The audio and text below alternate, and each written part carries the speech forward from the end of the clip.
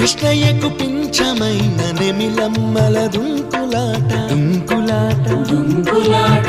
ఎంకన్నకు పాలు రాపిన పాడావుల ఎగురులాట రామునికి సాయం చేసిన ఉడుత పిల్లల ఉరుకులాట